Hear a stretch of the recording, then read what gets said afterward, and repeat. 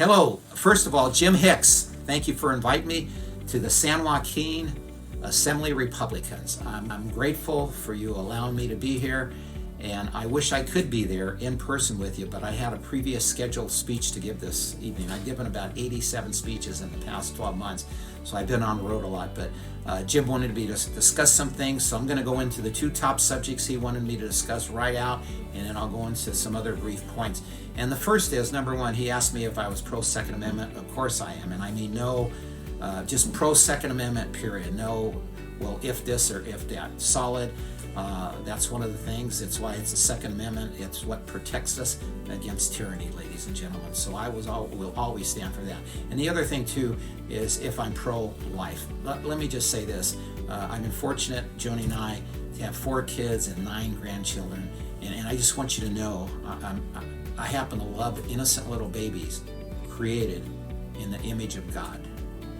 Now let me get into some points about my run for party. There's a saying that you want to support the mission with the one who has a proven track record. And we don't want to gamble with our future. And so I want to share a little bit about my proven track record. I know whenever someone applies for a job, the employer has the applicant fill out their previous job history, because that'll give you an indication how this person will perform in the future. So I think it's fair for me to share a few of those things. I've been fortunate, Joni and I, my lovely wife, I've been fortunate to found 3 corporations, a property management company, a real estate company, and a lending company over the years. I've been on various boards and associate board members from Arizona Christian University, Hillsdale College, Pacific Justice Institute. I started the Inland Empire Prayer Breakfast, meant to start it for 1 year. It's been going on for 30 years. I also have been on the Building Industry Association board, which I learned a lot why our housing prices have escalated due to government intervention and how we need to curb that so younger people can buy homes. So it's been interesting. Also on the Gary Anderson School of Business at UC Riverside, I was also on that, worked for them. I also have been in private enterprise as a marketing consultant for one of the nation's largest title companies. That was my first job right after I got termed out of the Senate. So those are a few things that I just like to share. Also, when I got into the Senate, and prior to getting into the Senate, I was good at fundraising. I spent 10 years dialing for dollars, you might say. And that was a good thing because I had a lot of practice. And most of my elections, I won by wide margins. And for my first 2 elections, I was in Democratic districts that favored the registration of Democrats. And not only was I able to raise enough money to win my elections decisively, but I had enough money typically to give and help other candidates, so that was good. Now what we have to do, we have a lot of things to do, but this time's short, so I'm just going to give you some brief bullet points. But the first, we have to unite our party. There is sort of a division. Now I know it's hard to get 100% of people on board, but I believe we can increase our odds, and there's a couple of ways to do that. Number one, the reason we can't fight against ourselves, if we have to remind everybody, we have a common enemy, and that's the Marxist ideology of the Democratic Party, who wants, it's a fight between heaven and hell, folks, and they're not going to stop until they win or destroy our republic. So we have to remember those things, that we're on the same team. Also, a second point there that I think to bring people together is you can compromise your preferences, but not your principles.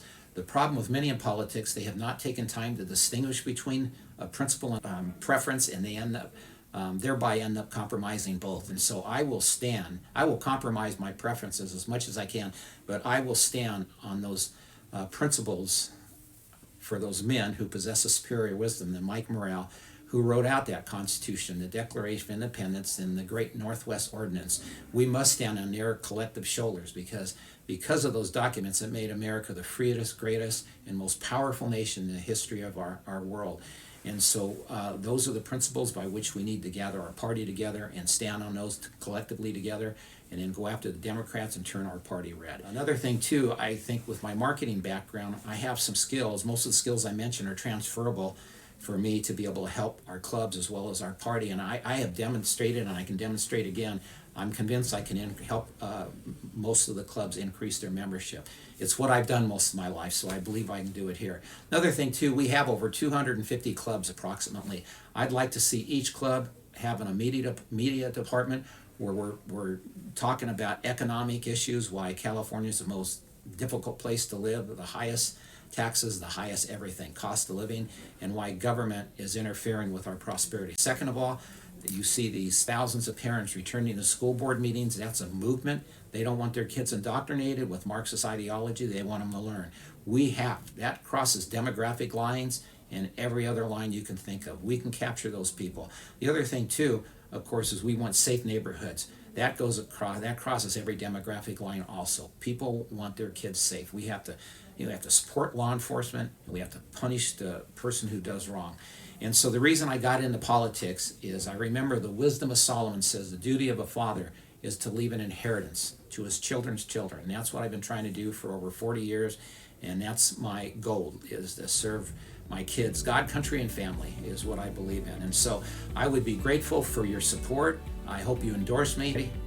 And let me close with a couple of thoughts. First of all, my website, that address is Senator Mike Morrell, Morrell spelled Morrell, the number 4, chair.com. So again, Senator Mike Morrell, 4chair.com. Once again, I'd be honored to have your support. Thank you.